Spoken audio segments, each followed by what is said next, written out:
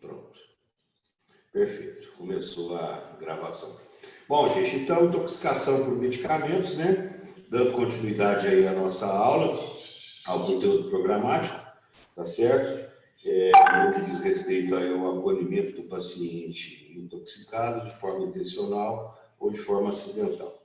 Nós já vimos aí toda a questão do atendimento inicial, do suporte básico de vida, as noções sobre coma, tá certo? A intoxicação pelos organoclorados, organofosforados, pelos carbamatos, tá certo? Pelas drogas de abuso, ou seja, vocês vão sair ao final desse curso com uma forte e sólida noção daquilo que realmente é o mais prevalente e é o fundamental aí para poderem dar assistência ao paciente criticamente enfermo, ok? Vítima, obviamente, por uma intoxicação.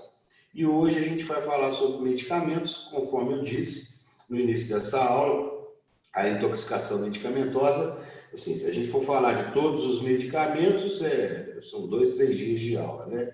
Eu separei alguns que são os mais frequentes, correto? Para a gente poder ter aí uma noção de como identificar e como atuar nessa situação, ok?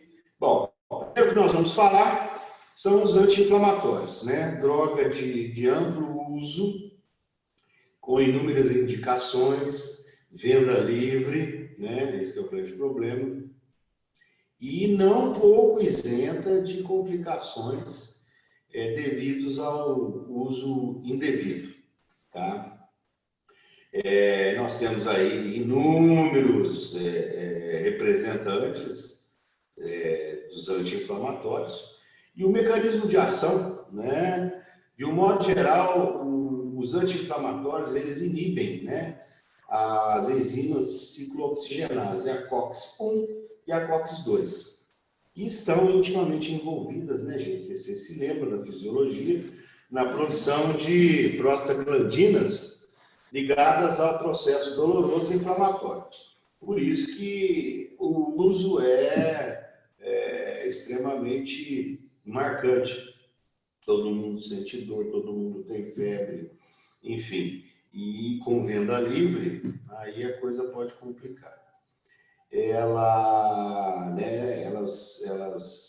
inibem, né, as enzimas, né, a COX-1 e a COX-2, que além de estarem envolvidas na produção de prostaglandinas, né, ligadas ao processo doloroso inflamatório, atuam também nos mecanismos de proteção da mucosa gástrica e de fluxo renal. Então, portanto, estão aí as duas principais complicações das intoxicações medicamentosas por anti-inflamatórios. São exatamente as alterações que nós vamos observar no trato digestório e no sistema renal, né? No trato digestório, na maioria das vezes, a condição clínica mais marcante são as hemorragias digestivas, principalmente por aquele uso crônico e inadequado do anti-inflamatório. E na questão do fluxo renal, a diminuição do fluxo renal ocasionado pela ação da COX-1 e COX-2, elas levam, né, em última análise, também com o uso crônico ou agravado por uma utilização aguda intempestiva, elas vão levar a um quadro de insuficiência renal aguda, tá? Ou uma insuficiência renal crônica que pode agudizar. As doses tóxicas, normalmente, né, de 5 a 10 vezes o valor terapêutico habitual, tá? Ou seja, são doses realmente cavalares, né? É difícil, na prática clínica, a gente observar a intoxicação aguda por anti-inflamatórios. A gente pode, às vezes, observar, principalmente em crianças, que usam, às vezes, de forma inadvertida, aqueles anti-inflamatórios, né, que nos são dispensados sob forma de solução oral, que na maioria das vezes tem uma cor mais bonita, mais vibrante, que chama a atenção da criança, e o gosto, às vezes, é um gosto palatável, agradável para que a criança utilize. Então, na maioria das vezes, diferentemente do adulto, né, com exceção da intenção suicida, tá certo? Normalmente você não tem uma intoxicação aguda, dada a quantidade de medicamento que tem que ser utilizado, tá certo? Como eu disse, as manifestações clínicas estão relacionadas a sangramentos agudos da mucosa, são realmente hemorragias digestivas importantes, tá certo? Às vezes, dependendo da magnitude, da localização dessa lesão erosiva gástrica ou duodenal, por vezes o paciente apresenta episódios assim volumosos de hematêmese, tá certo? Seguidos de uma melena residual, né, quando esse sangue é absorvido pelo trato digestivo, tá certo? E na maioria das vezes, né, a insuficiência renal aguda, a sangramentos agudos da mucosa e problemas cardiovasculares, eles vão ser bem mais marcantes na ingestão excessiva dos inibidores da COX-1, da COX-2, tá? Que eu vou dar alguns exemplos para vocês depois. Bom, como que a gente faz o acolhimento desse paciente? Aquele terço que a gente sempre reza, né? Sala de emergência, equipe preparada, as perguntas, a anamnese sucinta, porém objetiva e esclarecedora, tá certo? Move, né? Monitora oxigênio veia, um bom acesso, uma hidratação já inicial e podemos proceder em termos de descontaminação, lavagem gástrica, utilizando concomitantemente o carvão ativado, desde que dentro do tempo indicado. E qual o tempo, meus amigos? Até 2 horas, né? Com exceção, né, guardem bem, existem alguns medicamentos e quando os senhores forem médicos, já com a prática clínica bem sedimentada, vocês vão saber que aqueles medicamentos eles postergam, eles prorrogam o tempo de esvaziamento gástrico e, consequentemente, você pode, às vezes, utilizar como método de descontaminação lavagem gástrica e carvão ativado, porque acima de 2 horas, porque provavelmente você ainda vai ter resíduos dessa substância tóxica, tá bom? Eliminação. Não existe nenhuma medida suportiva terapêutica indicada que seja específica, né? A hemodiálise não é indicada. O tratamento ele é suportivo e sintomático. Por exemplo, suportivo no sentido de eliminar vômito, hidratar, baixar a frequência cardíaca, corrigir um distúrbio metabólico ou ácido básico, tá certo? E o sintomático, por exemplo, o paciente fez a ingestão aí de uma grande quantidade de anti-inflamatório com ação na COX-2 e chegou com um sangramento agudo na mucosa. Normalmente, o que você vai utilizar? Um inibidor da bomba de prótons, tá certo? Cujo principal representante aí que nós temos hoje em dia é o omeprazol, né? Em sua forma endovenosa. Normalmente, a gente vai utilizar aí 40 miligramas de 12 em 12 horas, tá certo? Com uma dose de ataque em torno de 80 miligramas, você consegue, por vezes, minimizar ou até mesmo reduzir de forma significativa a produção de ácido clorídrico, né? E a sintomatologia dispéptica, coibindo e, por vezes, reduzindo de forma acentuada o sangramento, né, gástrico. No caso da insuficiência renal aguda, hidratação diurético, bicarbonato, quando necessário, e se não resolver, aí a gente tem que partir para a hemodiálise. Mas não no sentido, gente, não no sentido aqui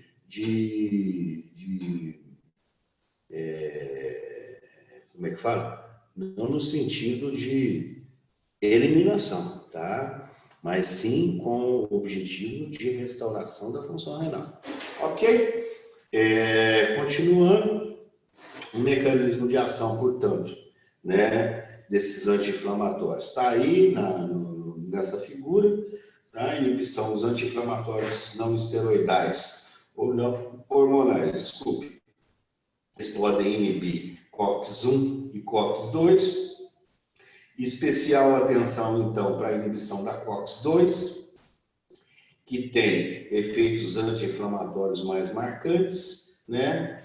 E diferentemente da inibição dos anti-inflamatórios que fazem inibição da COX-1, que tem efeitos colaterais mais pronunciados do trato gastrointestinal e rins, tá certo? E esse mecanismo de ação, ele vai, como eu disse, acabar lesionando aí principalmente o sistema digestório e o sistema renal, em doses altas. Alguns exemplos, né, de anti-inflamatórios não esteroidais, seletivos e não seletivos. Quando a gente fala não seletivos, é que ele atua tanto na COX-1 como na COX-2. E os seletivos, que são os coxibes, tá certo? Eles vão atuar especificamente na COX-2, minimizando a sintomatologia gástrica, ok? Dos não seletivos, nós temos aí a aspirina, o acetaminofeno, né, paracetamol, indometacina, o ibuprofeno, o naproxeno, o sulindac, o diclofenaco, o piroxicam, o meloxicam e o cetoprofeno. Hoje em dia, se usa muito em termos de pronto atendimento, o cetoprofeno, né? Além, obviamente, do acetaminofeno e da aspirina. Algumas situações aí também com ibuprofeno, principalmente em crianças, ok? Já dos seletivos, né, que são os inibidores da COX-2, nós vamos ter aí o roxib, que é o Vioxx, que já saiu, inclusive, de linha, por conta aí de grandes alterações aí cardiovasculares que foram observadas, né, pelo seu uso continuado, principalmente em portadores de artrite reumatoide. O Bextra, que a gente utiliza bastante hoje em dia ainda, o Celebra, né, que é o Celocoxib, o Arcoxia, que também se utiliza de forma ampla e larga, que é o Heterocoxib, tá? E o Prexige, que é o Lumiracoxib. Ok? Então, lembrar, intoxicação por anti-inflamatórios não esteroidais, ligar a anteninha em cima aí das lesões renais e lesões do trato digestivo. Doses necessárias são doses altas. Na maioria das vezes, para o tratamento, nós utilizamos aí os antagonistas da bomba de prótons, representados pelo omeprazol, ok? E o acolhimento, o tratamento suportivo, descontaminação e eliminação, segue a rotina já discutida e de amplo conhecimento dos senhores e das senhoras. Ok? Bom, passando para uma nova classe, tá? De medicações, por isso que eu falei, gente, eu escolhi mesmo de forma bem criteriosa esses medicamentos, porque assim, é muita informação, né? Então, vamos procurar guardar. Se vocês souberem, quando formados, todas essas classes que eu vou colocar aqui, vocês não vão ter, assim, vocês não vão ficar em saia justa no sentido de tratamento, tá bom? Os antagonistas dos canais de cálcio são medicamentos antihipertensivos, tá certo? Também denominados de bloqueadores dos canais de cálcio, tá? São drogas amplamente utilizadas na prática médica, principalmente para o tratamento da hipertensão arterial. E pode sim acontecer a intoxicação por eles, né?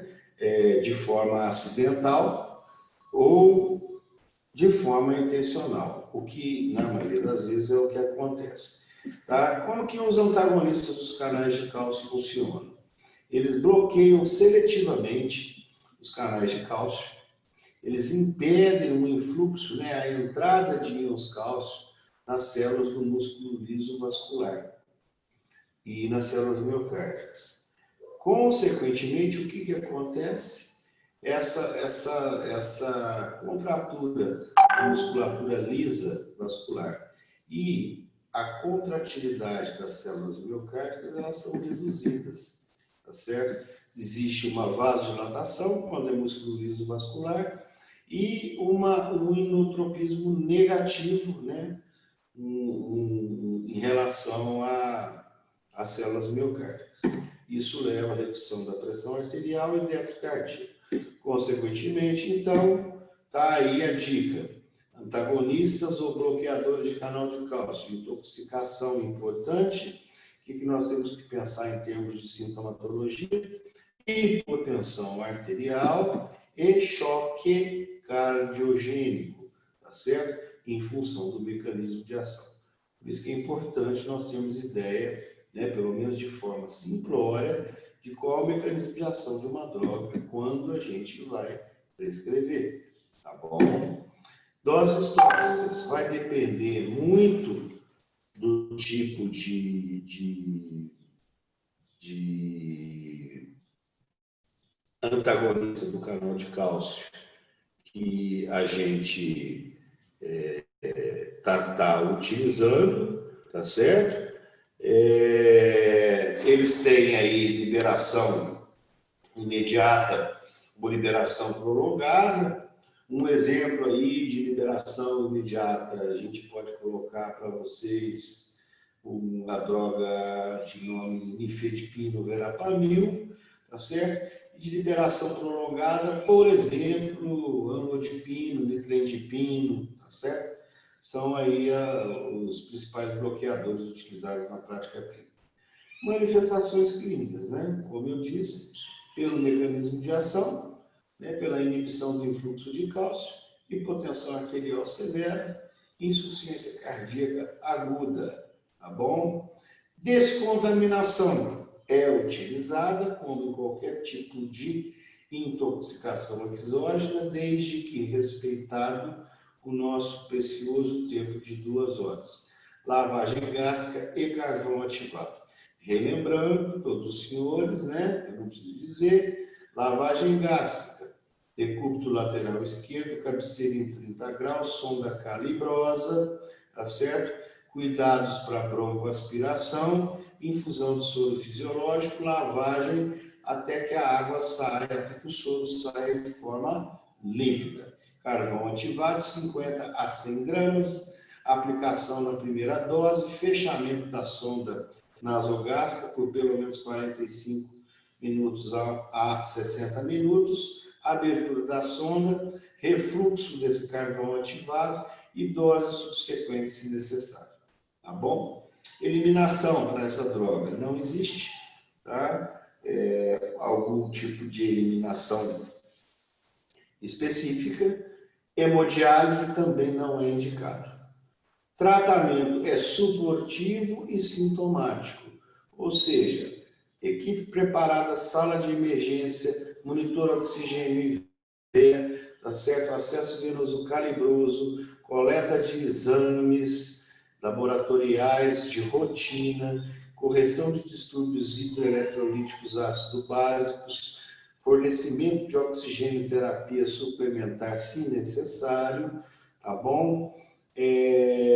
Uma vez feita a anamnese, feito aquela sequência dos 6 Ws, né, que nós aprendemos na primeira aula, confirmada a intoxicação por bloqueadores ou antagonistas do canal de cálcio, nós temos aí 2 antídotos, tá certo? Vocês nunca mais podem se esquecer.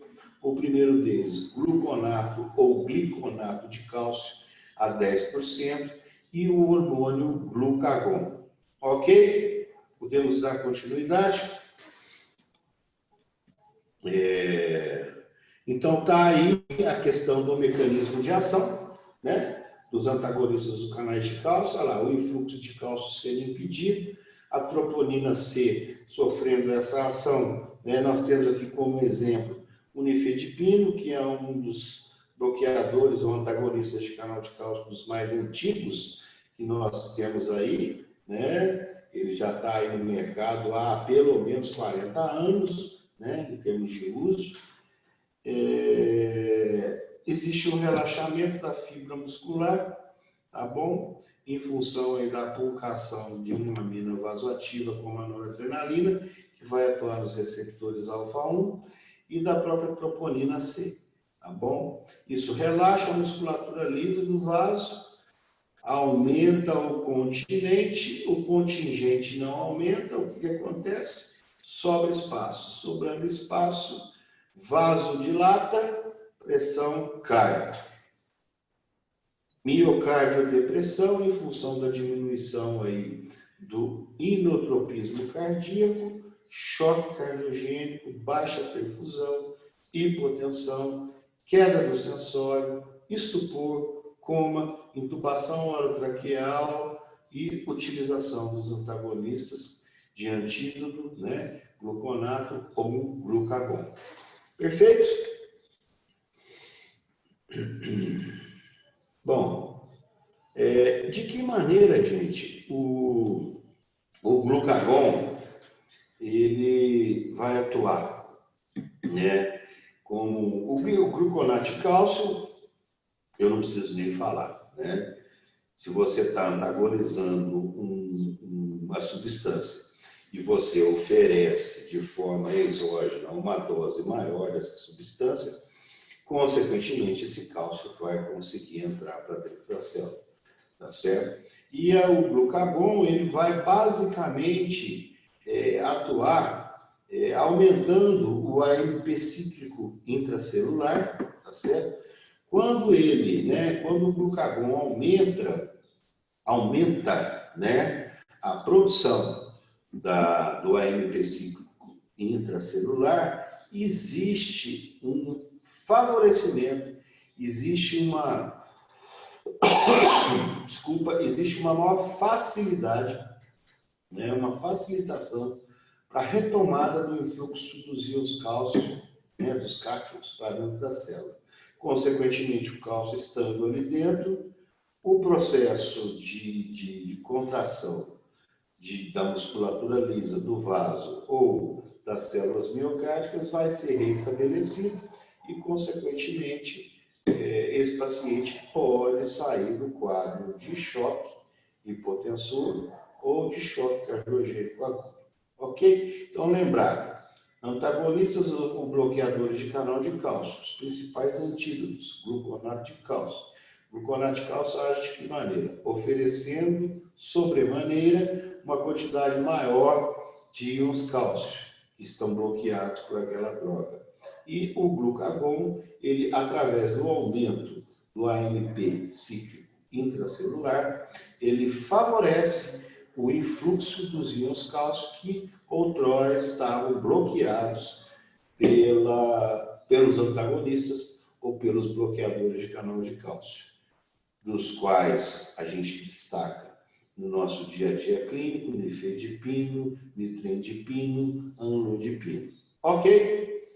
Continuando, então.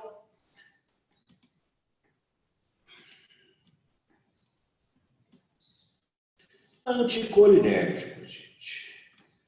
Isso aqui a gente viu semana passada, né?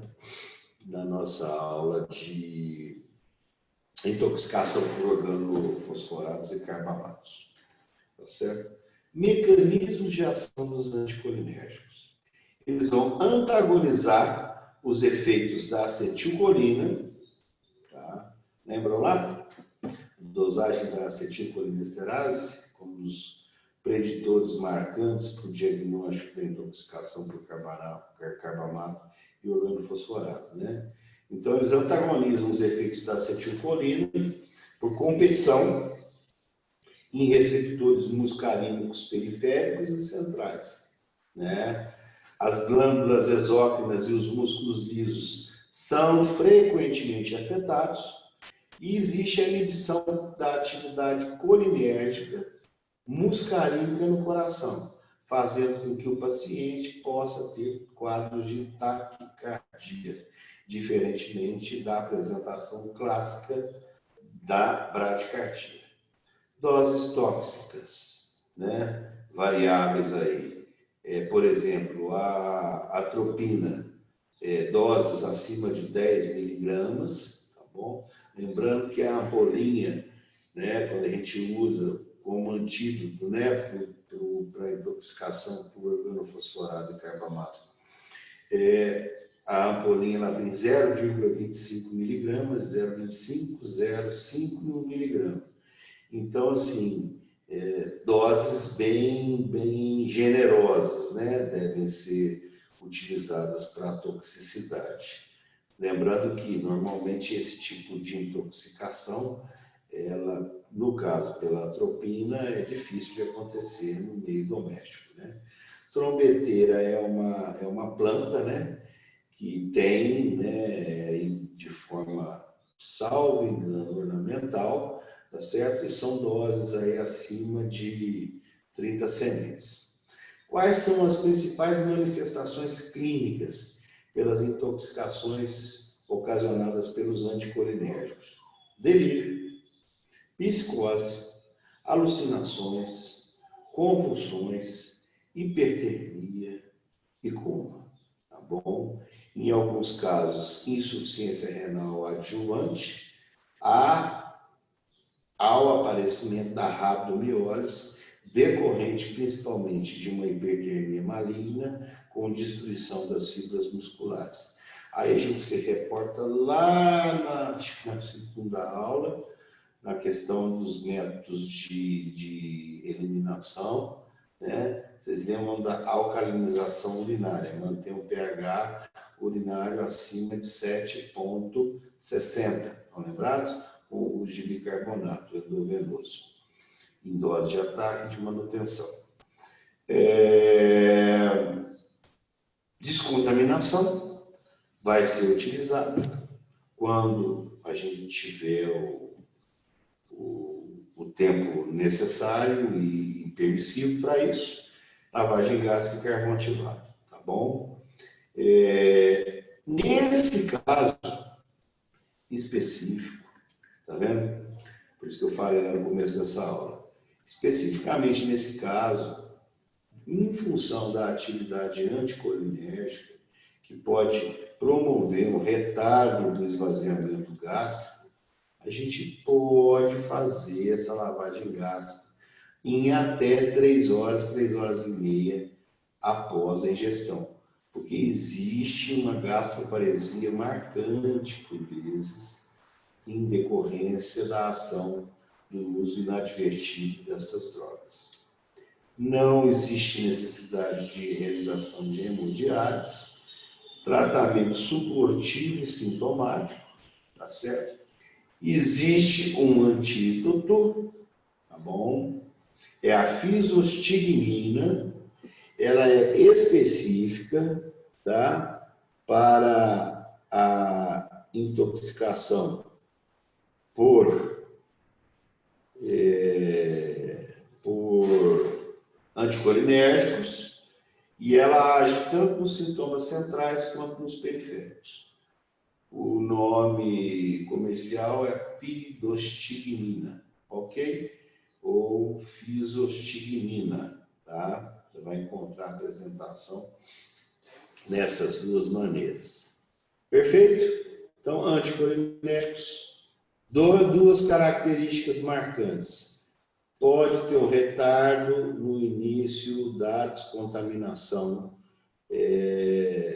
com lavagem gástrica e diminuição da absorção pelo ciclo enterohepático ocasionado promovido pelo carvão ativado, em função e decorrente do retardo do esvaziamento gástrico, e o antídoto fisostignina ou piridostignina, tá bom?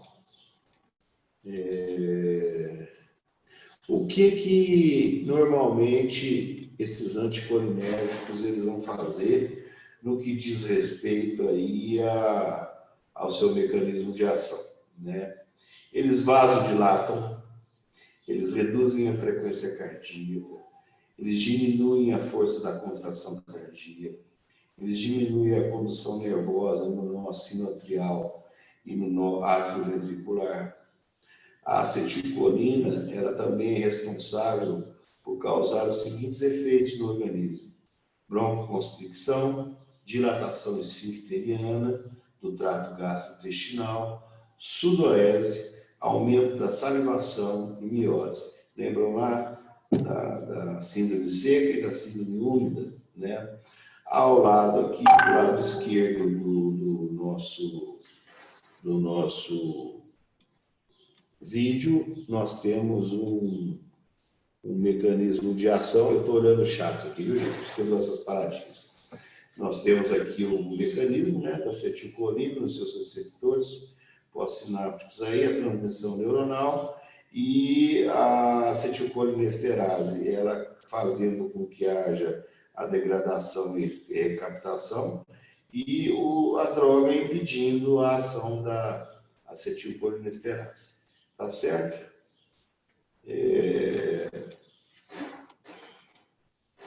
Principais anticolinérgicos aí de uso medicamentoso, tá? Diferentemente da atropina, né? Eles podem ser aí classificados em três níveis, conforme a intensidade e a gravidade da sintomatologia. Aqueles que possuem efeitos moderados, fortes efeitos e efeitos muito fortes, tá certo? Do ponto de vista de intoxicação, tá bom?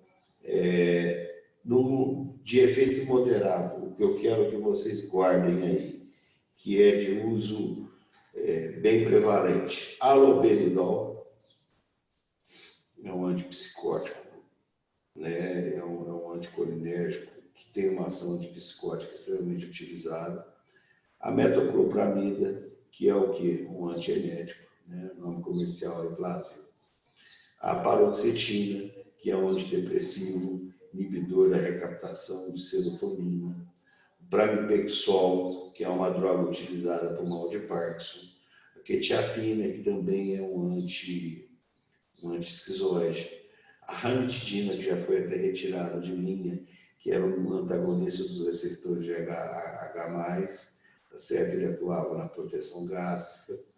A serigilina, que é um medicamento também utilizado para Parkinson, tá bom? Já em termos de efeitos fortes, nós vamos ter o baclofeno, que é uma droga utilizada como relaxante muscular.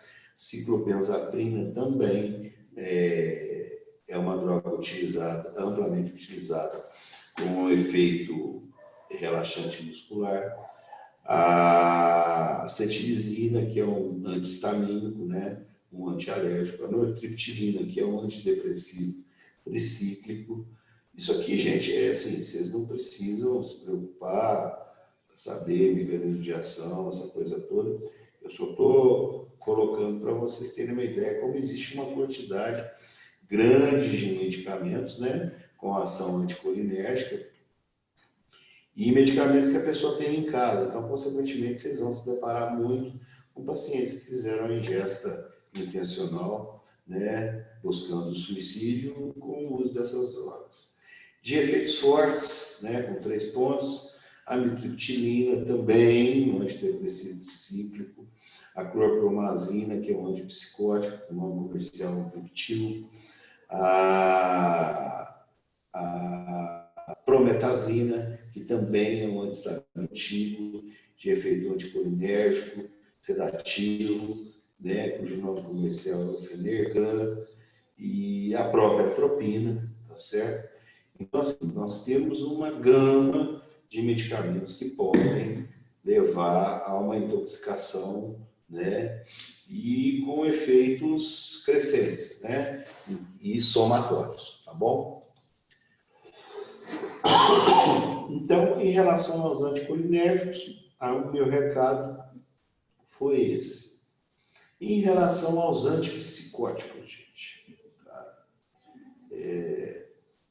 Hoje em dia, né, de 10, 15 anos para cá, amplamente utilizados na prática clínica, né, com inúmeras indicações formais e, infelizmente, com inúmeras indicações médicas questionáveis. Tá? Os antipsicóticos, eles são em 2 classes, os típicos e os atípicos. Ambos, sejam típicos ou atípicos, eles vão bloquear os receptores dopaminérgicos do tipo B2 que estão presentes na via nigro-estriatal. Ok? As doses tóxicas são muito variáveis, tá? Manifestações clínicas, principalmente aí marcadas por sedação, distonias, depressão do sistema nervoso central, taquicardias, reações extrapiramidais. E dentre essas reações extrapiramidais, nós temos que tomar muito cuidado com uma entidade clínica, que é a síndrome neuroléptica maligna, que eu vou mostrar um slide para vocês aí a posteriori, tá certo? Descontaminação, lavagem gástrica e carvão ativado. Neste caso também, que fique marcado. Então, não se esqueçam, intoxicação por anticolinérgicos, intoxicação por antipsicóticos, o tempo de latência para o início da lavagem gástrica pode ser superior a 2 horas, tá bom? Bem como no que diz respeito à utilização de carvão ativado. Hemodiálise não indicada, tá bom? Tratamento é suportivo e sintomático. Não vou falar tudo de novo aquilo que vocês estão cansados de saber no que diz respeito a suporte e tratamento sintomático, né? Se esse paciente chegar convulsionando num quadro aí de síndrome neuroléptica maligna, normalmente nós vamos coibir esse quadro convulsivo com o uso de benzodiazepínicos, dos quais destaca-se aí o diazepam, na sua apresentação de 10 miligramas na ampolinha, tá certo? Dilui-se aí em água destilada, ele vai ficar com uma cor leitosa, e nós vamos aplicando esse medicamento lentamente até que cessem as convulsões. Não existe um antídoto específico para a intoxicação por antipsicóticos, tá? Em algumas situações, nós podemos utilizar o piperideno. Aqui, né, um slide reforçando o mecanismo de ação desses antipsicóticos, tá certo? São, então, portanto, medicamentos inibidores das funções psicomotoras, e a sua intoxicação pode levar a quadros de excitação e agitação, tá bom? Eles atenuam distúrbios psicóticos, de um modo geral, por isso que são amplamente utilizados nas doses terapêuticas, né? Diminuindo aí, né, principalmente os quadros de delírio e os quadros de alucinações auditivas, visuais, né, ou contextuais, tá bom? Então, por isso que os antipsicóticos são amplamente utilizados, lembrando que podem ser típicos ou atípicos, receptores dopaminérgicos do tipo D2 via nigro-estriatal, ok?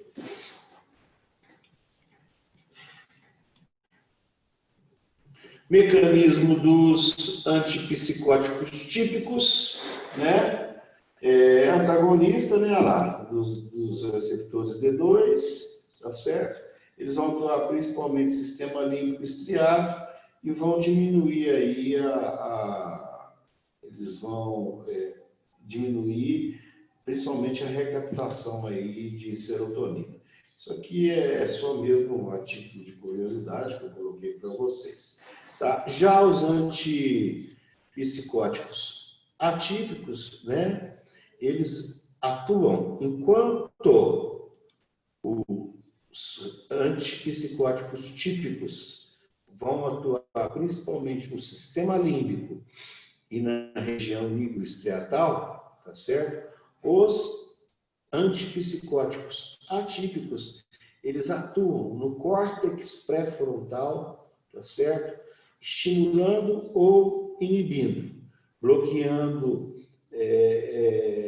a serotonina e aumentando a liberação de dopamina. Com isso, a gente tem uma melhora dos sintomas negativos. Essa é a denominada hipótese da hipoatividade dopaminérgica cortical, tá certo? Assim, não se preocupem, eu não vou cobrar esse mecanismo de ação de vocês. Eu só quero que vocês saibam que os típicos atuam região estriatal, e a região anterior. E os atípicos no córtex pré-frontal, inibindo ou estimulando. E em ambos, tanto nos típicos como atípicos, a serotonina, no que diz respeito ao seu bloqueio, é o cerne da questão, tá certo? Levando a um aumento da ação da dopamina e, consequentemente, fazendo com que a sintomatologia de delírio, de hiperexcitação, seja reduzida. E como essas pessoas têm muito isso em casa, elas acabam fazendo o uso de forma inadvertida, principalmente com a tentativa de suicídio. Aqui, gente, é um quadro de uma síndrome neuroléptica maligna, tá? Ocasionada, a paciente chega desse jeito para a gente, ocasionada pela ingesta excessiva de antipsicóticos, principalmente da classe dos neurolépticos, tá bom? Esse paciente vai ter uma hiperreflexia de extremidades, ele vai estar agitado, diurético, tá certo? Ele pode ter aí um aumento na atividade de diarreia e de apresentação de cólicas. Ele vai estar taquicárdico, ele vai estar com a temperatura aumentada, ele vai ter as pupilas midriáticas, tá certo? Essa vai normalmente estar hipertenso e com a temperatura aumentada. E isso tudo pode levar, né? Quadros de broncoaspiração, pode levar a quadros de estupor em coma, pode levar a quadros de insuficiência renal aguda, por conta da destruição excessiva de fibras musculares, levando a rhabdomiólise, tá certo? Ou seja, é um quadro bem grave, tá bom? Que a gente deve, né, no caso aí, atuar de forma marcante e de forma pontual, tá certo? Porque existe tratamento específico para isso.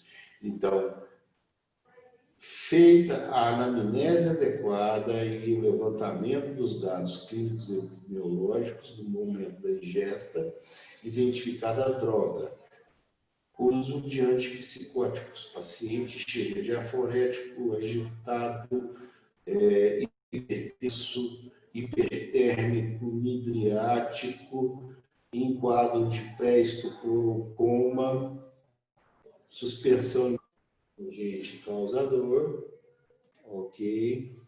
Hidratação parenteral profunda, para exatamente evitar a rhabdomiólise, monitoramento respiratório, inclusive observando a necessidade de ventilação mecânica invasiva, monitorização e controle e vigilância cardiovascular, porque esse paciente está taquicárdico, ele pode apresentar quadros de taquiarritmias, tá certo?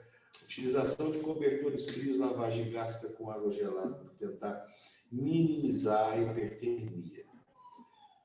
Utilização, por vezes, de heparina para evitar e prevenir o de trombose venosa profunda. Para agitação psicomotora, a utilização dos benzodiazepínicos. E em termos de tratamento específico, né, nós temos aí a bromocriptina, não precisa ficar dose agora no momento, tá? Urgência 3, nós vamos estudar sobre isso. E o uso do dantrolene, tá bom? Que também é uma droga que antagoniza essa sintomatologia. Perfeito? Então, assim, dando continuidade à intoxicação pelos principais medicamentos, né? Intoxicação exógena, nós vamos falar um pouco dos benzodiazepínicos, super comum, tá? Dada a facilidade de aquisição e o custo dessa droga, na maioria das vezes, inclusive, os próprios sistemas de saúde oferecem, né? De forma gratuita, claro, receituado controlado, mas a pessoa tem uma quantidade grande desses comprimidos em casa. Eles vão fazer o quê, basicamente, benzodiazepínico?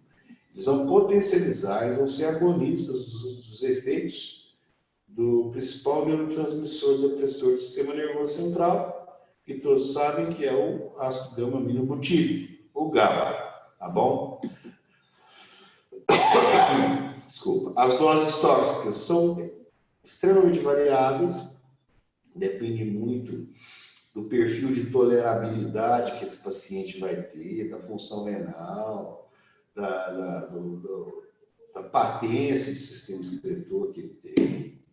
Principais manifestações, como ele deprime, como ele acentua a manifestação do GABA, sonolência, coma, depressão, hipotensão, hipotermia, hipoatividade, tá certo? Fala arrastada, ou seja, todos os sintomas aí inerentes a ações GABAérgicas, tá certo? Descontaminação, lavagem gástrica e carvão ativado, neste momento agora dentro do período preconizado. Eliminação, hemodiálise não é indicada. Tratamento suportivo e sintomático, né? Eu preciso voltar aqui e repetir de novo o que vem a ser cada um desses. E existe um antídoto, tá? O nome químico é o Flumazenil e o nome comercial Lanexat. Então, admitir o paciente, descontaminou, medidas de eliminação, laboratório, tratamento suportivo e sintomático, tem certeza do uso da droga benzodiazepínica, né, feita pelo paciente, pode fazer o Flumazenil. Você vai salvar a vida desse paciente e a antagonização ela é praticamente imediata, tá bom, gente? O paciente realmente acorda quando você faz o Flumazenil, tá? Existem algumas medidas aí de precaução para se utilizar o Flumazenil, dentre elas ele pode predispor, por conta da abstinência, a quadros convulsivos e hipertensão arterial, mas quando feito de forma moderada, de forma um pouco mais lenta, na maioria das vezes isso não acontece. A droga pode ser replicada, né, conforme o paciente vai, o benzodiazepínico vai circulando no organismo, você pode ir replicando a droga para antagonizar os efeitos dos benzodiazepínicos, ou em caso de ingestões maciças, na vigência de insuficiência renal, você pode deixar aí uma infusão contínua por 2, 3 horas aí do Flumazenil em doses específicas que você vai conseguir antagonizar o efeito do uso dessas drogas, tá bom? Aqui, né, é mais para a gente falar um pouquinho, né, sobre o mecanismo de ação dos benzodiazepínicos. Né? Ele faz, então, gente, um agonismo, receptores GABAérgicos, aumentando a frequência de abertura desses canais, tá certo? Aumentando a afinidade desses receptores, né, através da abertura dos canais de cloreto, leva a uma hiperpolarização da membrana, diminui, né, a hiperexcitabilidade neuronal e, consequentemente, depressão generalizada dos reflexos da medula e do sistema ativador reticular. Lembra lá do coma, né? O SAR? Portanto, existe risco, sim, de coma e de depressão respiratória, que vai ser, consequentemente, antagonizado pelo uso do nosso amigo, está aqui, ó, Flumazenil. Ok? Tá? E nós vamos ver em outras drogas aí que também vão atuar, né, na abertura desses canais de cloreto. Além dos benzodiazepínicos, nós vamos ter aí os barbitúricos, né, e o zolpidem, né, que está sendo assim utilizado de forma indiscriminada como indutor de sono, que foi desenvolvido há 20 anos atrás, que era para ser utilizado por no máximo 1 a 2 semanas, hoje em dia você vê gente utilizando o Zolpidem de forma completamente errada e contínua, né? Não pode, isso aqui pode depositar aqui e levar à alteração desses canais iônicos, tá bom? Então, uma vez visto a questão aí da carbamazepina, dos benzodiazepínicos, nós vamos falar um pouquinho da carbamazepina. Carbamazepina também prevalência grande nos pronto-atendimentos oriundos aí de quadros de intoxicação exógena, acidental e intencional. Ele é um anticonvulsivante de ampla utilização. Ele é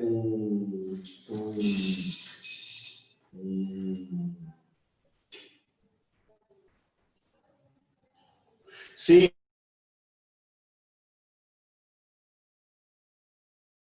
ele é antagonista, né? Ele não vai potencializar, ele vai exatamente alterar aí o influxo de íons, tá? Cloreto, e exatamente fechando esse receptor, impedindo que ele tenha uma potencialização, que os efeitos GABAérgicos, né, do neurotransmissor sejam exponencialmente marcantes, no sentido de ação, tá bom? Então, voltando. A carbamazepina, né, como eu disse, um anticonvulsivante de ampla utilização, né? Tem também efeitos analgésicos, principalmente utilizados aí em dores do tipo neuropáticas, tá certo? Neuralgia do trigêmeo, em quadros de desmineralização periférica, né? Do ponto de vista em doenças desmineralizantes crônicas como diabetes ou outras aí de origem autoimune, utilizado aí como um coadjuvante na sintomatologia da abstinência pelo não uso do etanol no indivíduo alcoólatra. Enfim, ela é amplamente distribuída e de fácil acesso. Então, consequentemente, nós vamos ter vários acidentes relacionados ao uso da carbamazepina. O mecanismo de ação ela também vai inativar os canais de sódio, inibindo a descarga neuronal repetitiva, sistema nervoso central, portanto, é um efeito depressor do sistema nervoso central. As doses tóxicas, como os benzodiazepínicos, são extremamente variáveis, tá certo? As manifestações clínicas também, mas o que é mais marcante quando a intoxicação ela é abrupta, aguda e de alta intensidade, dado o número de comprimidos ou solução ingerida, é marcante o quadro de depressão respiratória, da mesma maneira que os benzodiazepínicos. Nós podemos ter aí náuseas, vômitos, nistagmo, ataxia, hiperreflexia, as distorias, depressão do sistema nervoso central, taquicardias sinusais, né? Efeitos anticolinérgicos leves, como midríase, diminuição do ruído intraaéreo, de delírios, e pode, como eu disse, levar a quadros de depressão respiratória. Descontaminação, mesma coisa, lavagem gástrica e carvão ativado. Neste caso, por conta dos pequenos efeitos colinérgicos, a gente pode fazer até 2 horas após a ingesta, tá bom? Então, antipsicóticos, anticolinérgicos e carbamazepina, lembrar que a gente pode utilizar carvão e fazer lavagem um pouco mais, com um tempo um pouco maior, com uma folga maior do que a janela de 2 horas. Neste caso, tá? De todas as drogas que nós falamos até agora. A hemodiálise tem seu papel bem marcante no caso da intoxicação por carbamazepina, tá bom? Nós podemos, então, indicar a hemodiálise para poder fazer a eliminação do fármaco. Não existe antídoto específico. E o tratamento suportivo e sintomático, tá bom? Monitorar oxigênio, veia, acesso calibroso, exames, correção de distúrbios hidroeletrolíticos, hidratação vigorosa, vigilância renal, respiratória e neurológica, tratamento de quadros pneumônicos devido à broncoaspiração por rebaixamento do nível sensorial e assim sucessivamente. E uma vez comprovado o uso de carbamazepina, chamar o pessoal da diálise, porque você consegue, por vezes, eliminar de uma maneira mais efetiva essa droga. Tá bom?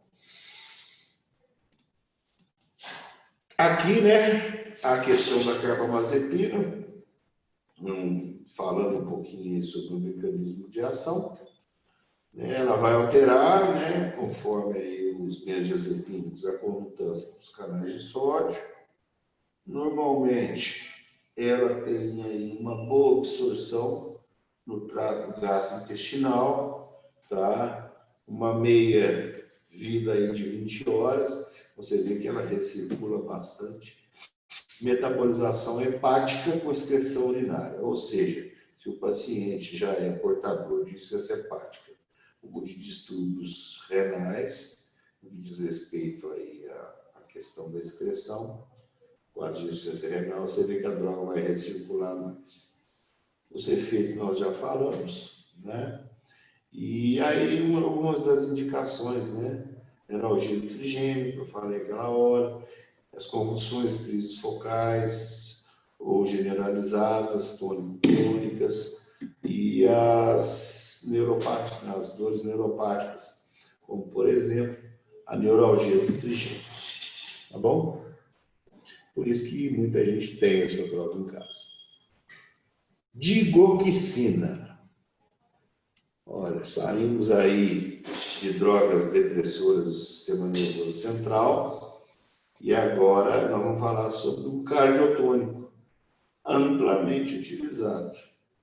E o grande problema da digoxina, eu quero que vocês guardem, é que o limiar terapêutico ele é estreito com o limiar tóxico, tá bom?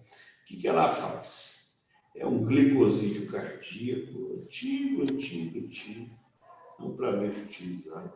Inibe a bomba sódio e potássio até pase e promove um aumento do potássio sérico, fazendo com que exista um aumento da concentração intracelular de cálcio, tá?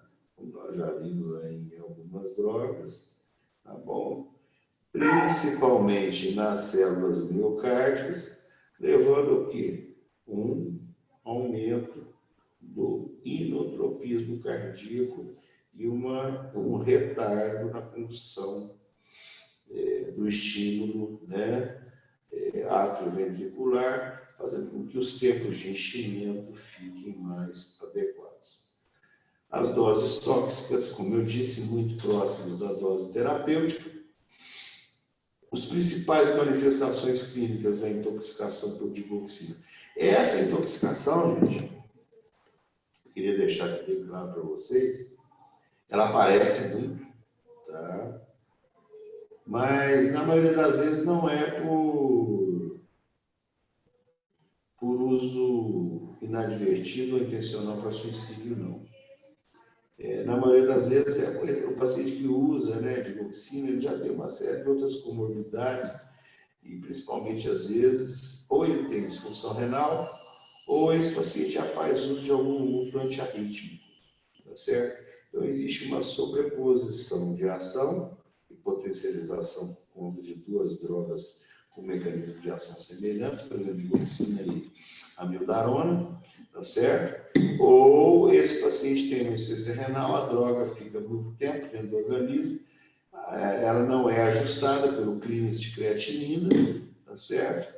E aí esse paciente se intoxica, tá bom? Manifestações clínicas, bradicardia grave, pode chegar a um BAV total, BAVT, tá? Com uma instabilidade hemodinâmica e necessitando aí, por vezes, da passagem de um marca-passo transvenoso temporário, tá bom? Até que essa droga. Quadro de vômito, choque e de hiperpotassemia, né? Porque a gente vê que o potássio ele sai para o cálcio para poder melhorar aí a contratividade cardíaca, né? Principalmente das miofibrilas. Descontaminação, lavagem gástrica, até 1 hora, tá bom? Podendo aí ter como limitante as 2 horas, carvão ativado. E você pode, inclusive, no uso do carvão ativado, não fazer dose única, no caso da digoxina, e sim múltiplas doses, porque a droga pode recircular, tá bom? Medida suportiva sintomática, exames, estabilização do paciente, estabilização hemodinâmica, principalmente, tá bom? E existe um anticorpo específico. E no Brasil, talvez a gente tenha isso aí no Einstein, no Sírio, no Oswaldo Cruz, tá certo? Em hospitais aí maiores, né? De cidades maiores, que é o anticorpo antidigoxina. Olha, eu nunca consegui usar, porque realmente é difícil, né, para a gente poder encontrar. Nos Estados Unidos tem bastante.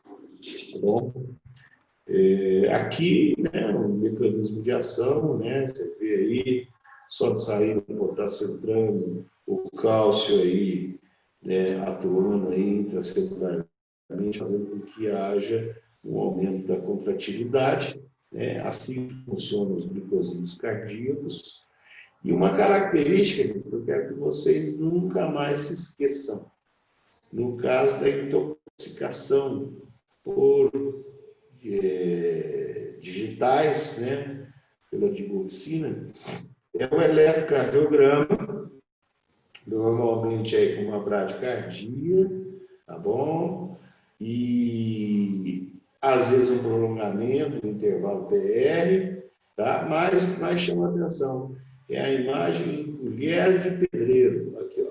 Essa depressão no segmento ST, tá bom? Em forma de concavidade para baixo, que lembra muito, né? Aqui, ó. Tá vendo? A colher de pedreiro. Então, se um dia vocês forem fazer alguma prova, alguma coisa de residência, ou até mesmo prova aí nos anos subsequentes de vocês, característica eletrocardiográfica de colher de pedreiro significa, na maioria das vezes, grande quantidade de intoxicação por digitais. Ok? Bom, fenobarbital, também uma droga de grande utilização, principalmente ação anticonvulsivante, tá certo? A classe dos barbitúricos, ele potencializa o GABA, da mesma maneira que o benzodiazepínico faz, tá certo? Na maioria das vezes, aí, a apresentação para adulto é um comprimido de 100 miligramas, 1, 2 vezes ao dia, a dose normalmente é 10 vezes a terapêutica.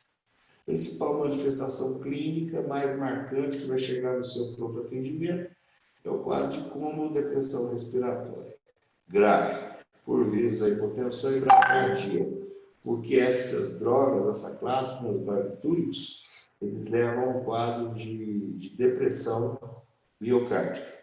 Ok? Descontaminação, lavagem gástrica, carvão ativado, com a possibilidade, né, de múltiplas doses após a dose de 0,5 a 1 grama por quilo, tá bom? um paciente de 70 quilos, de 35 a 70 gramas de carvão, depois pequenas doses, tratamento suportivo e sintomático, tá certo? Não existe antídoto. A hemodiálise não é indicada nesses casos. Você lembra lá que a hemodiálise até agora só foi indicada, no caso medicamentoso, só foi indicada para carbamazepina, viu, gente? Tá? Não existe antídoto. Vigilância renal, vigilância respiratória, vigilância neurológica, monitor oxigênio em veia, solicitação de exames laboratoriais de rotina, correção dos distúrbios hidroeletrolíticos ácido básico por existirem, proteção das vias aéreas, se necessário, intubação orotraqueal, mais ventilação mecânica. Ok? E lembrando que, por conta da recirculação enterohepática, múltiplas doses pequenas de carvão ativado podem ser feitas no sentido aí de diminuir essa absorção. Ok? Aqui a farmacologia dos anticonvulsivantes, a mesma coisa da atuação da carbamazepina, dos benzodiazepínicos. Eles vão atuar basicamente nos canais de sódio dependente. Eles vão fazer com que haja aí de novo uma potencialização do efeito do principal neurotransmissor, né, depressor do sistema nervoso central, que é o GABA. Tá bom? Então, lembrando, benzodiazepina, carbamazepina, fenobarbital, todos íntima relação com os canais, alteração nos canais de sódio, que em última análise vão levar ao quê? A um aumento na ação dos anticonvulsivantes, do principal neurotransmissor, que é o GABA. Ok? Daí não ter um título específico. Então, com exceção dos benzodiazepinas, que nós vamos ter o formato. Ok?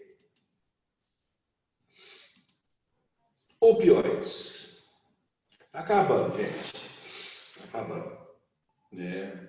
Você vê que eu tentei assim, resumir o máximo possível, sintetizar o máximo possível as drogas, mas é uma aula longa, né? São muitas informações. Mas medicina tem disso, né? Nós que escolhemos essa profissão, a gente tem que estar preparado para grandes conteúdos.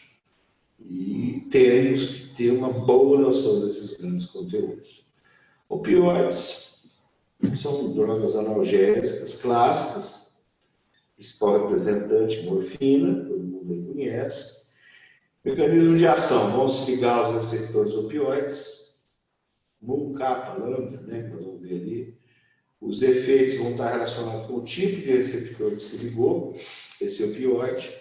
As doses para intoxicação são variáveis, mas o epílogo disso tudo, da intoxicação grave, principalmente extremos de idade e consequência final, que é o quadro de insuficiência respiratória aguda do tipo hipercápnica por retenção de CO2, devido aí a uma hipoventilação alveolar, tá bom? Manifestações clínicas: miose, depressão respiratória levando à apneia, hipóxia, coma e bradicardia. Raramente nós vamos observar convulsões, nesses casos. O coma prolongado e, eventualmente, convulsões pode levar a uma NTA, que é uma necrose tubular aguda, decorrente de uma rabdomiólise. Lembrem aí da alcalinização urinária e hidratação vigorosa, como tratamento suportivo para a rabdomiólise. Podem ter complicações pulmonares, como edema agudo de pulmão, síndrome da angústia respiratória do adulto, tá certo? E edema agudo pulmonar de origem não cardiogênica, né, no caso prostático. Descontaminação.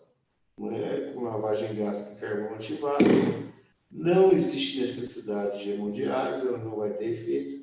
E nós temos um antídoto extremamente eficaz, da mesma maneira que existe os benzodiazepinas, uma vez confirmado pontualmente a intoxicação por opioides, né, dos quais a gente lembra lá da heroína, né, do Roisch, tá certo? A aula que nós tivemos, a utilização da naloxona, cujo nome comercial é Narcan.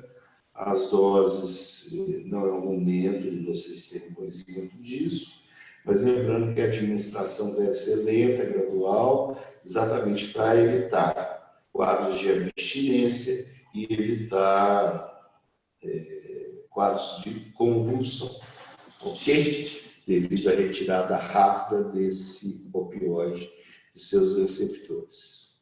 Aqui, né, são os receptores opioides que estão envolvidos, né, na questão da intoxicação. Nós temos aí 4 principais representantes: Mu, Kappa, Delta e ORL1, né?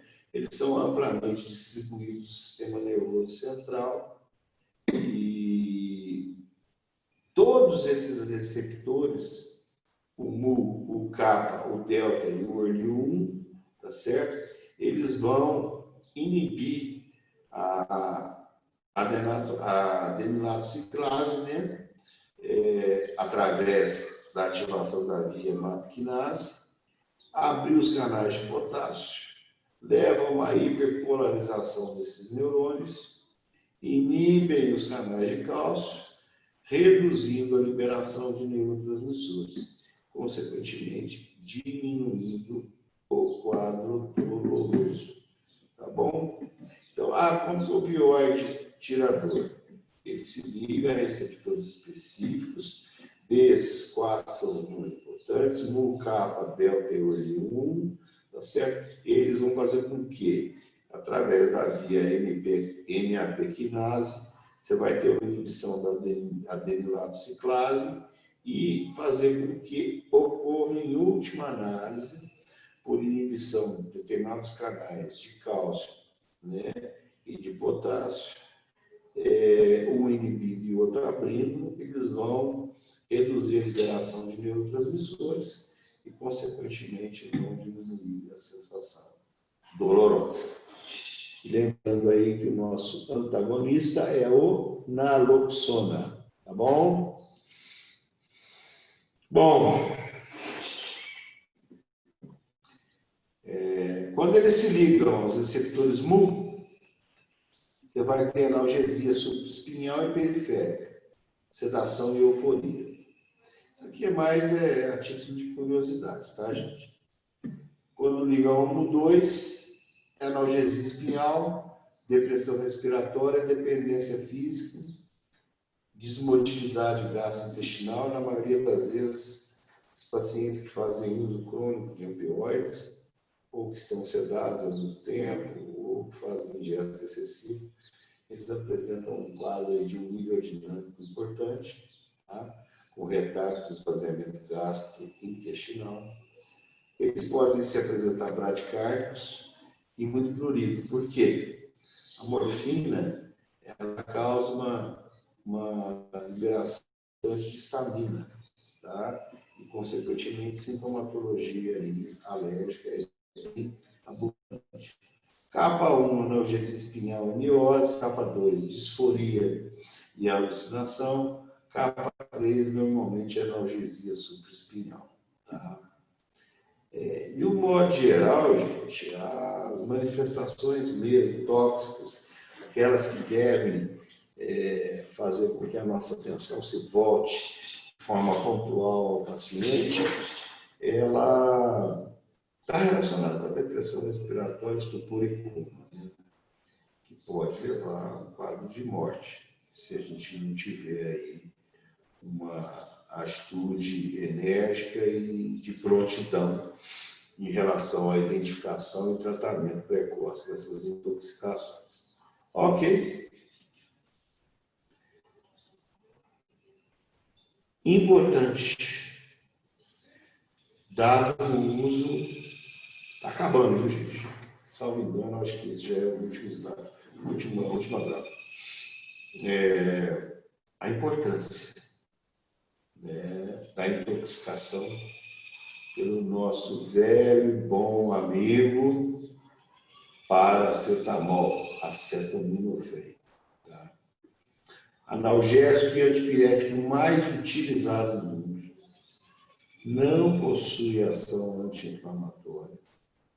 Encontrado em dezenas de produtos, sejam isolados ou em associação. Tá? É um dos medicamentos mais comuns que estão relacionados com intoxicação em função do uso inadvertido e excessivo, seja com o intuito de alívio da dor, seja com o intuito de autoextermínio, tá bom? E possui venda livre. Apresentação em comprimidos de 500, 750 miligramas, em gotas de suspensão oral, tá? Então, assim, uma grande facilidade. E o poder tóxico dele é extremamente marcante e importante. Tá certo? De que maneira, gente, que o paracetamol vai levar a um quadro de intoxicação? Ele satura a glutationa em última análise, tá certo?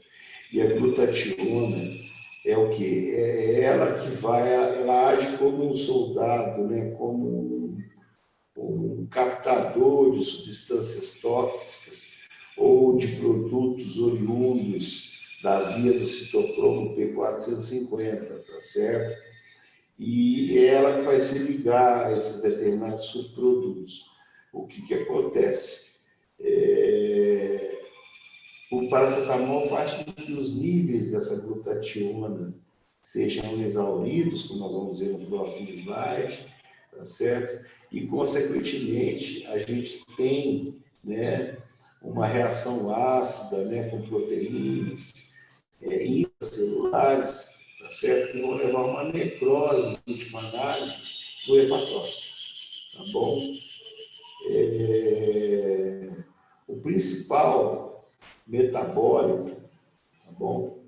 O principal metabólico tóxico do paracetamol é uma imina, né, daqui, é a N-acetil-P-benzoquinona, cuja sigla é designada por NAPQI.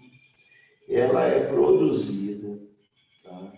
É um subproduto da via do citocromo P450, tá? Que fica nas células hepáticas.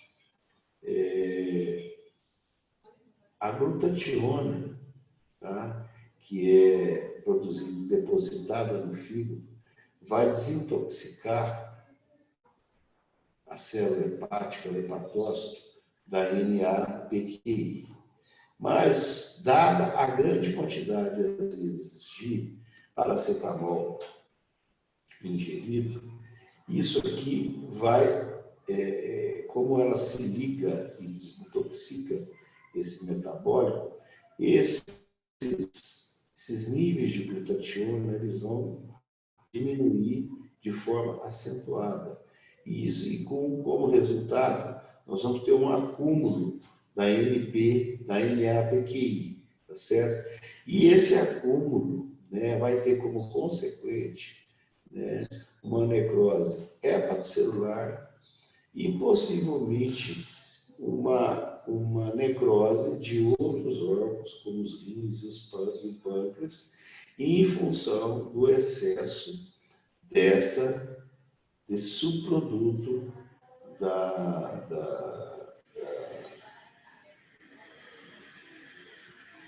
da via, né, da metabolização do paracetamol, tá bom? Então, guarda, como que o paracetamol ele causa a intoxicação? Em excesso, ele vai exaurir os níveis de glutationa, que tem como função trazer para si, né, eliminar as ações tóxicas do principal subproduto de metabolização do paracetamol, pela via do citocromo P450, que é o NAPQI.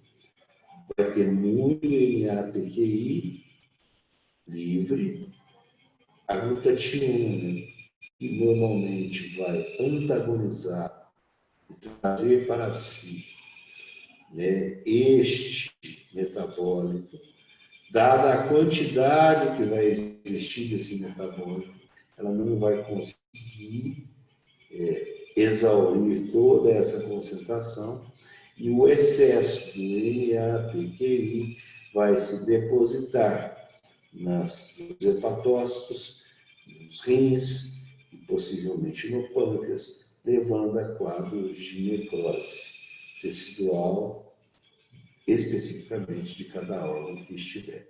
Tá bom? Portanto, gente, né, falando um pouquinho da glutationa. A glutationa é um tripeptídeo, tá? GL, glutamil, L-cisteína, glicina. Existe no organismo em suas formas reduzidas, GSH, e oxidada, GSSG. Ela atua direta ou indiretamente em muitos processos biológicos importantes, tá bom? Incluindo aí síntese proteica, metabolismo de proteção celular, tá?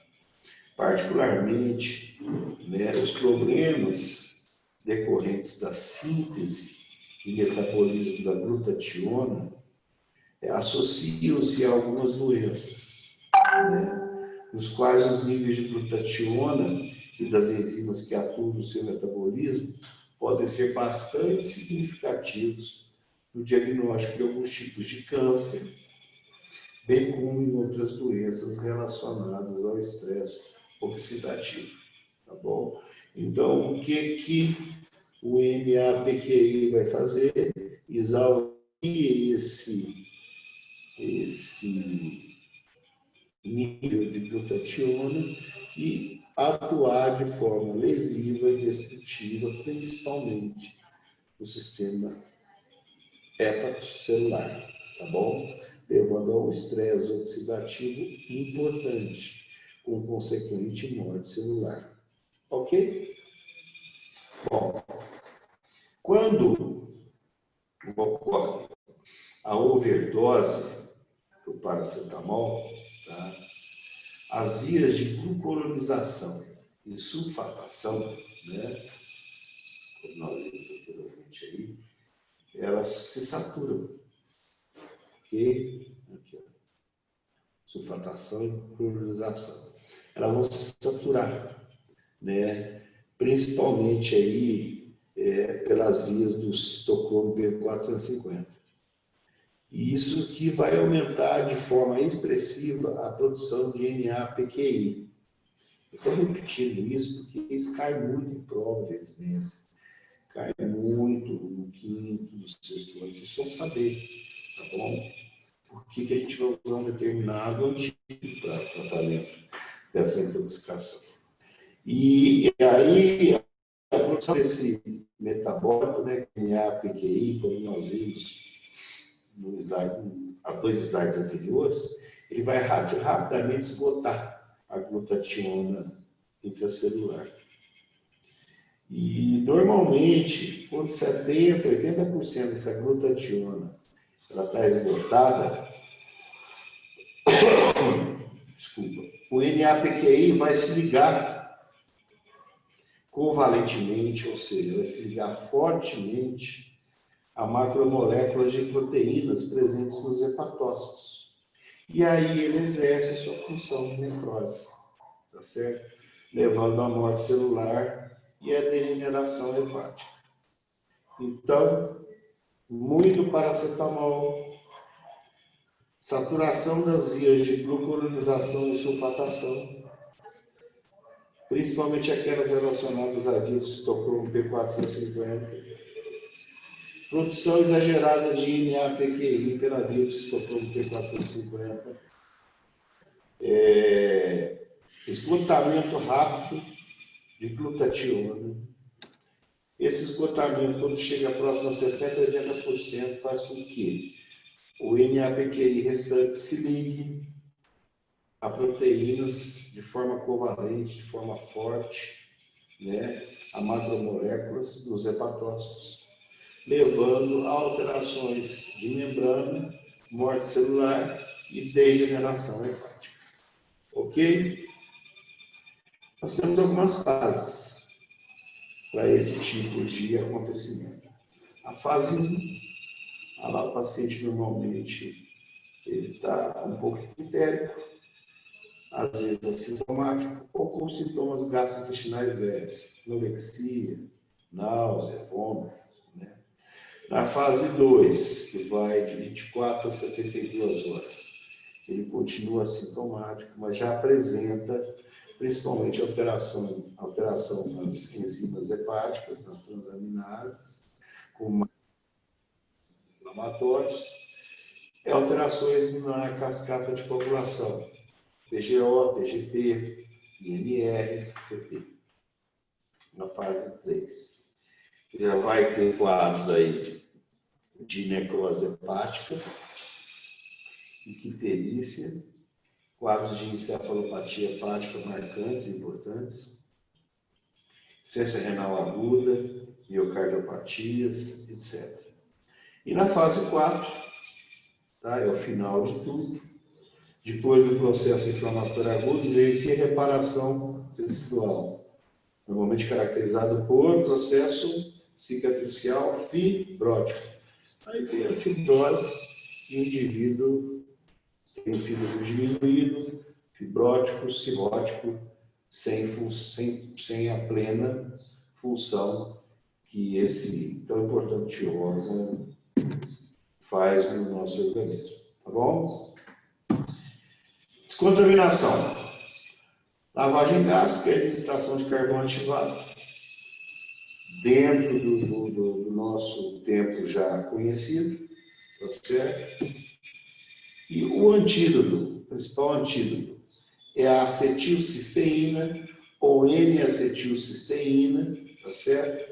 Apresentação ampola, via de administração intramuscular, endovenosa, oral e via inalatória, tá certo? O que a N-acetilcisteína vai fazer? Ela vai impedir a ligação daquele NA-PQI que restou, depois que exauriram-se as concentrações, tá certo? Ao hepatócito.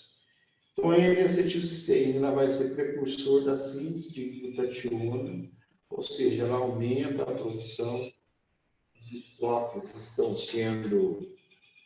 sendo exauridos, tá certo?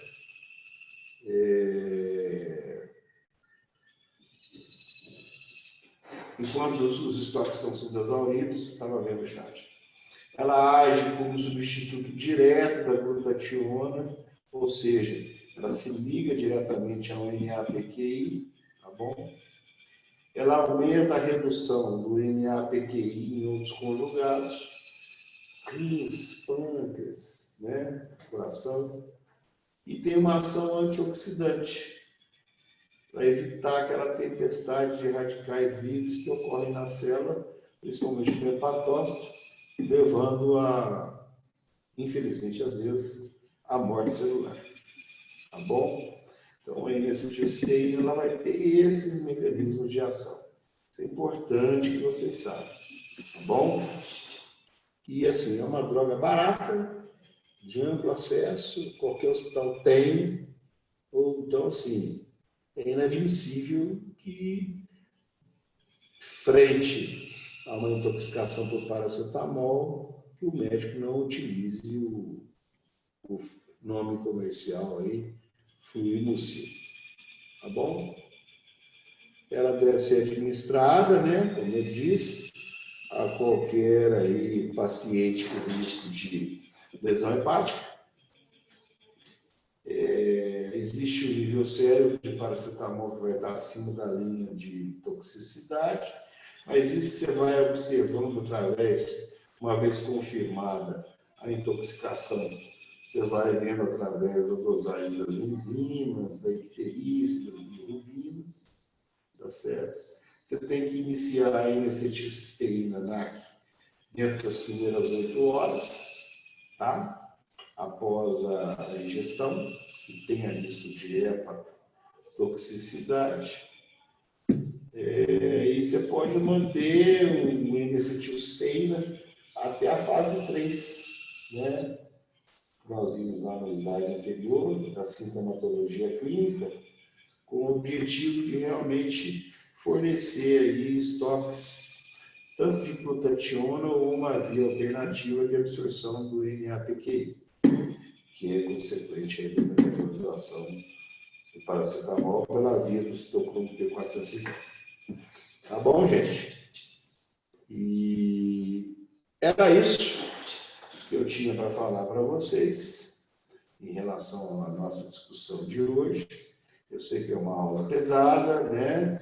Mas são assim, eu procurei sintetizar de uma maneira adequada as principais drogas aí que vão estar prevalentes aí dentro do atendimento senhoso no pronto-socorro, decorrente de intoxicações. Ok?